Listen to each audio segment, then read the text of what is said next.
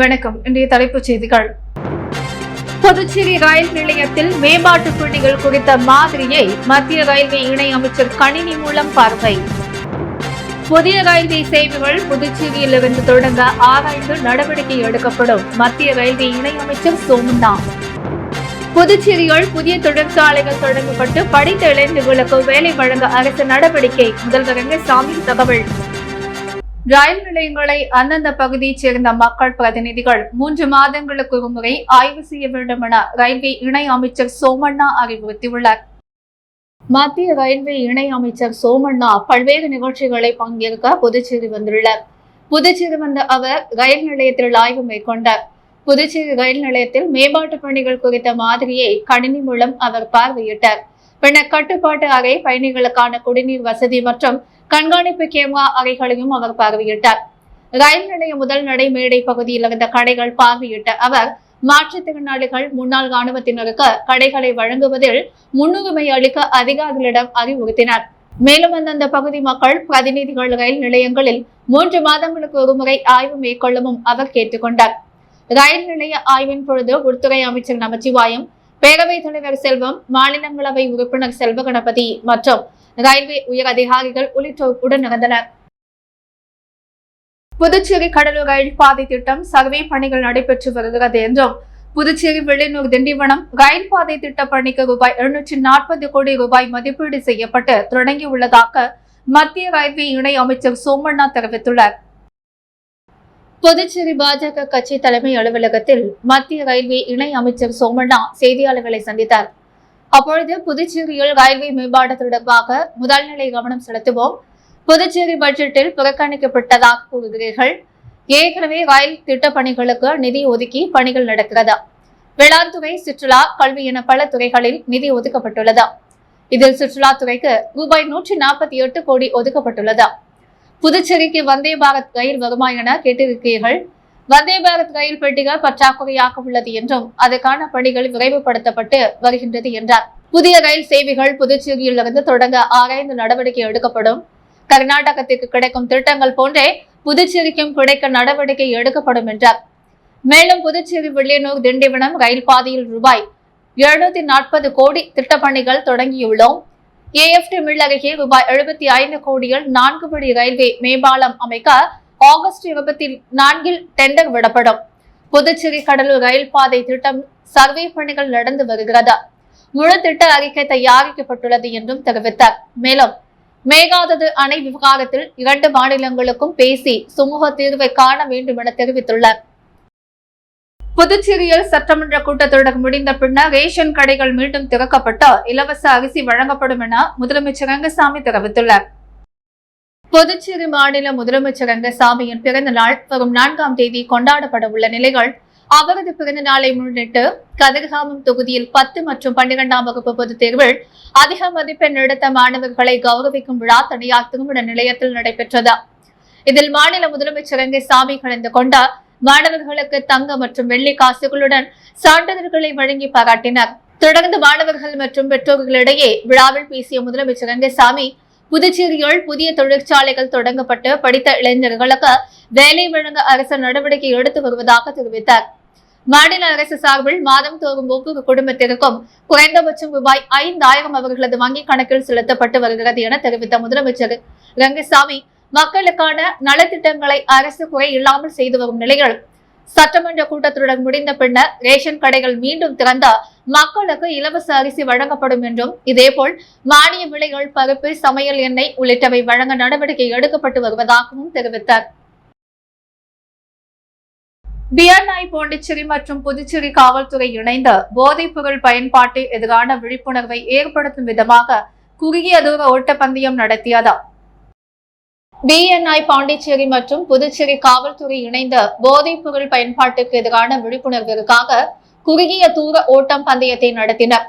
BNI பாண்டிச்சேரியின் நிர்வாக இயக்குநர் இளங்கோ, செந்தாமரை கண்ணன் மற்றும் புதுவையின் SSP நாகசைதன்யா IPS மற்றும் புதுவையின் SP லட்சுமி சௌஜன்யா IPS கலந்து கொண்ட நிகழ்ச்சியை துவக்கி வைத்து சிறப்புரையாற்றினார். நிகழ்ச்சியின் தொடக்கமாக போட்டியில் கலந்து கொண்ட அனைவரும் போதைப் பொருள் பயன்பாட்டிற்கு எதிரான உறுதிமொழியை ஏற்றுக்கொண்டனர். BNIயில் உறுப்பினர்களாக உள்ள தொழில் முனைவோர்கள், காவலர்கள், கல்லூரி மாணவ மாணவிகள், பொதுமக்கள் மற்றும் சிறப்பு குழந்தைகள் என 500 மேற்பட்டவர்கள் இப்போட்டியில் ஆர்வத்துடன் கலந்து கொண்டனர். காந்தி திடலில் ஆரம்பித்து 5 கிலோமீட்டர் தூரம் இப்போட்டி நடைபெற்றது.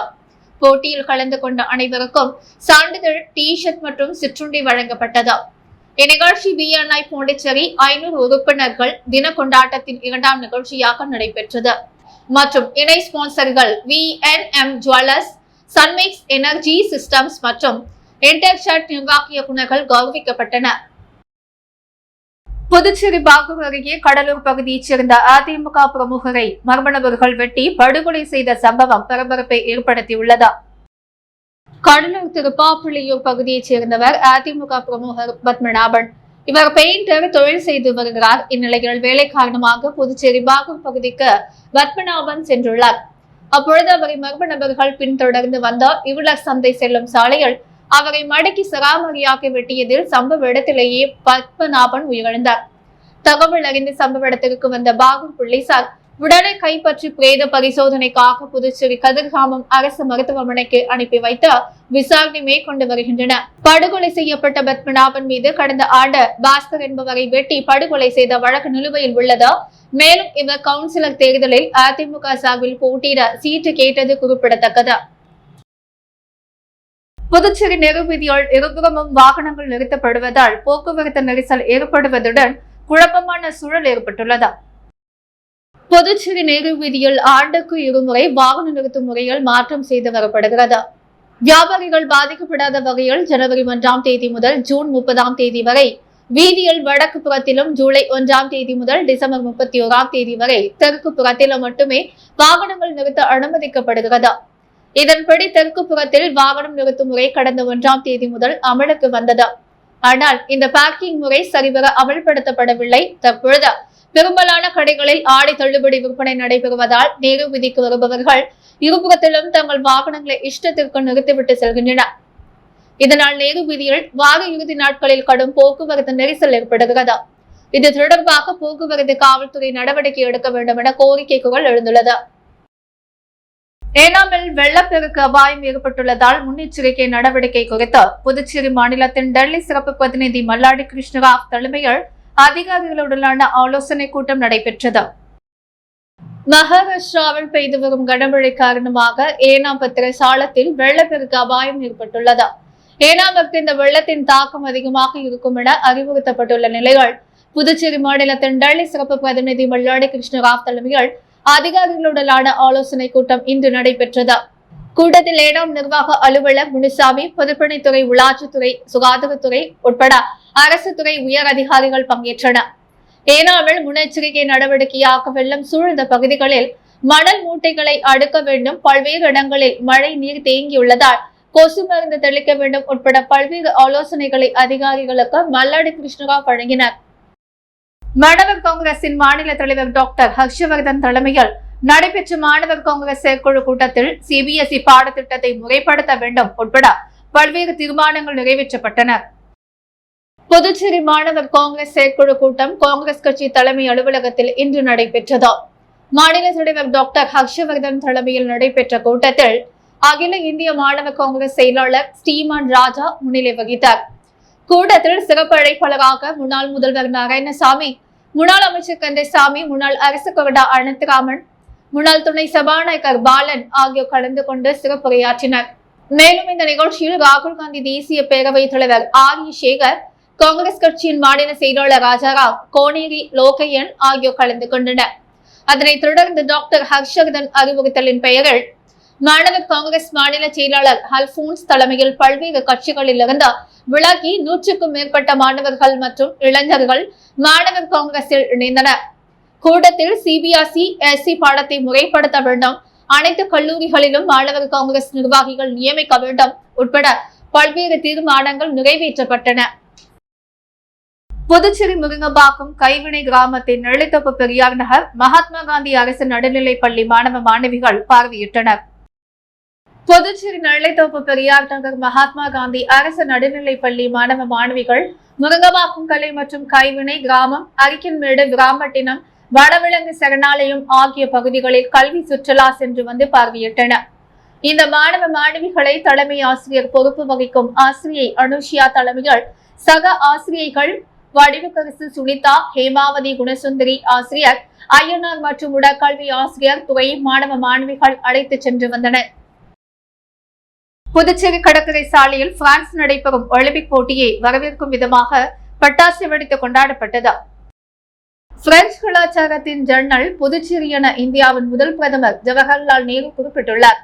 இதற்கு ஏற்ப பிரான்சில் எது நடந்தாலும் அது புதுச்சேரியில் எதிரொலிக்கும். அந்த வகையில் பிரான்சில் நடைபெறும் ஒலிம்பிக் போட்டியை வரவேற்கும் விதமாக புதுச்சேரியில் சிறப்பு கொண்டாட்டம் நடைபெற்றது. இந்த ஆண்டு பிரான்ஸ் நாட்டில் நடைபெறும் ஒலிம்பிக் போட்டி நேற்று கோலாகலமாக தொடங்கியது. 100க்கும் மேற்பட்ட நாடுகளிலிருந்து வீரர்கள் பங்கேற்கும் இந்த போட்டியில் இந்தியாவிலிருந்து அதிக அளவில் வீரர்கள் இந்த ஆண்டு பங்கேற்றுள்ளனர். இதனை கொண்டாடும் வகையில் புதுச்சேரி சுற்றுலாத்துறை மற்றும் பிரெஞ்சு புதுச்சேரி தூதரகம் இணைந்த ஒலிம்பிக் போட்டி வரவேற்பு விழாவை நடத்தினர். பாரிஸில் ஒலிம்பிக் போட்டி துவக்கத்தில் நடந்த நடனம் வானவேடிக்கை போல புதுச்சேரி கடற்கரை காந்தி சிலை திடலில் உற்சாகமாக கொண்டாடினர். இதில் ஏராளமான பிரான்ஸ் வாழ் மக்களும் பிரெஞ்சு குடியுரிமை பெற்றவர்களும் ஏராளமான சுற்றுலா பயணிகளும் கண்டுகளித்தனர். மரக்கணம் அருகே பொதுமக்களுக்கு வசிக்காத பகுதிக்கு சாலை அமைக்கும் பேரூராட்சி நிர்வாகத்தை கண்டித்து கடும் போராட்டத்தில் ஈடுபட போவதாக பொதுமக்கள் அறிவித்துள்ளனர். விழுப்புரம் மாவட்டம் மரக்காணம் பேரூராட்சி 18 வார்டுகளை கொண்ட பெரிய பேரூராட்சியாகும். இப்பகுதியில் ஆயிரக்கணக்கான மக்கள் வசித்து வருகின்றனர். இந்த நிலையில் மரக்காணம் பேரூராட்சி சார்பில் பொதுமக்களுக்கு அத்தியாவசிய தேவையான சாலைகள் அமைக்கப்படவில்லை என்றாலும் அதற்கு மாற்றுவழியாக பொதுமக்களே வசிக்காத ஏரி மற்றும் குட்டை பகுதியான கோணவாயன் குப்பத்திலிருந்து ஏக்கியர் குப்பம் கடற்கரை நோக்கி விவசாய நிலங்களுக்கு மத்தியில் செல்லும் வண்டி பாதைகள் சுமார் 5 கிலோமீட்டர் தூரத்திற்கு சாலை அமைக்கும் பணி தீவிரமாக நடைபெற்று வருகிறது. மேலும் இந்த பணிக்கான அங்கிருந்து பனை மரங்கள் அகற்றப்பட்டுள்ளதாகவும் இந்த சாலை அமைக்கும் பணிக்கு கோணவாயன் குப்பம் மற்றும் மரக்காணம் பகுதியைச் சேர்ந்த பொதுமக்கள் பலரும் தங்களது எதிர்ப்பினை தெரிவித்து வருகின்றனர். இந்நிலையில் ஏக்கியார் குப்பம் கடற்கரை அருகே சென்னையைச் சேர்ந்த பிரபல தொழிலதிபர் சுமார் 300 ஏக்கருக்கு மேற்பட்ட நிலங்களை வாங்கியிருப்பதாகவும் அவருக்கு சாலை வசதி ஏற்படுத்தி தரவே பேரூராட்சி நிர்வாகம் செயல்பட்டு வருவதாகவும் அப்பகுதி பொதுமக்கள் குற்றம் சாட்டி வைத்துள்ளனர். மேலும் இந்த குற்றச்சாட்டை அடுத்து மாவட்ட நிர்வாகம் சார்பில் நடவடிக்கை மேற்கொள்ளப்படவில்லை என்றால் நாளை இளைஞர்கள் மற்றும் பொதுமக்களை ஒன்று திரட்டி போராட்டத்தில் ஈடுபட போவதாகவும் மக்கள் தெரிவித்துள்ளனர். இது சம்பந்தமாக தகவல் அறிந்த சம்பவ இடத்திற்கு சென்ற மரக்காணம் வட்டாட்சியர் பாலமுருகன் மற்றும் மரக்காணம் போலீஸ் இன்ஸ்பெக்டர் பாபு ஆகியோர் சாலை அமைக்கும் பணியை தற்காலிகமாக தடுத்து நிறுத்தி இரு தரப்பினரையும் அழைத்து பேச்சுவார்த்தையில் ஈடுபட்டுள்ளனர். இருந்த போதிலும் பொதுமக்களின் தேவைக்காக இல்லாத சாலையை அமைப்பதற்கு அப்பகுதி மக்கள் கடுமையான எதிர்ப்பு தெரிவித்து வருகின்றனர். பாரத பிரதமர் நரேந்திர மோடி மக்களிடையே நேரடியாக பேசும் மனதின் குரல் நிகழ்ச்சி மேன் கி பாத் நிகழ்ச்சியின் 112வது பகுதி புதுச்சேரி பாரதிய ஜனதா கட்சி மாநில தலைவர் செல்வகணபதி MP அறிவுறுத்தலின் பெயர்கள் அனைத்து தொகுதிகளும் கிளைகளிலும் நடைபெற்றது. மாநில நிகழ்ச்சியாக புதுச்சேரி பாரதிய ஜனதா கட்சி மாநில தலைவர் செல்வகணபதி MP தலைமையில் விவேகானந்தா மேல்நிலைப்பள்ளி சரஸ்வதி மஹாலில் ஏற்பாடு செய்த ஒளிபரப்பாகிய இந்நிகழ்ச்சியில் சிறப்பு அழைப்பாளர்களாக மத்திய ரயில்வே மற்றும் ஜல் சக்தி அமைச்சர் சோமண்ணா, மாநில பொறுப்பாளர் நிர்மல்குமார் சுவர்ணா, புதுச்சேரி உள்துறை அமைச்சர் நமச்சிவாயம் ஆகியோர் கலந்து கொண்டனர். மேலும் சட்டமன்ற உறுப்பினர்கள் VP ராமலிங்கம், அசோக் பாபு, மாநில பொதுச் செயலாளர் மௌலி தேவன், மாநில துணைத் தலைவர்கள் GNSS ராஜசேகர், ஜெயலட்சுமி, பழனி, இந்நிகழ்ச்சியின் பொறுப்பாளர் மாநில செயலாளர் வெற்றி செல்வம் உள்ளிட்ட மாநில நிர்வாகிகள், மாநில சிறப்பு அழைப்பாளர்கள், உழவர்கரை மாவட்ட தலைவர் தண்டபாணி, பொறுப்பாளர் சரவணன் குமார், லாஸ்பேட்டை தொகுதி தலைவர் ஜெயபிரகாஷ் உள்ளிட்ட நிர்வாகிகள், வழக்கறிஞர்கள், ஆசிரியர்கள், வல்லுநர்கள் கலந்து கொண்டு சிறப்பித்தனர். காமராஜர் ஓவிய கலைக்கூடம் சார்பில் 40 வருட சமூக பணி மற்றும் 36 வருட அரசு பணியை பாராட்டி மேகராஜிக்கு சாதனையாளர் விருது வழங்கி கௌரவிக்கப்பட்டது.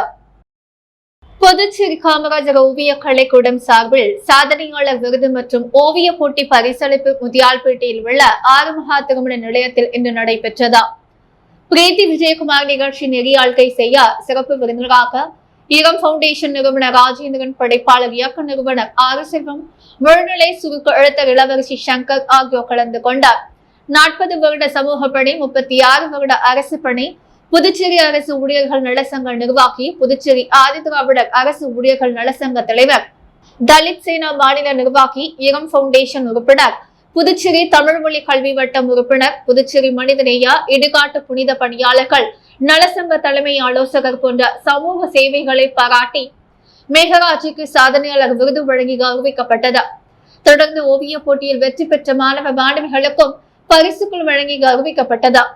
இதற்கான ஏற்பாடுகளை காமராஜர் ஓவிய கலைக்கூட நிறுவனர் திலக் செய்திருந்தார்.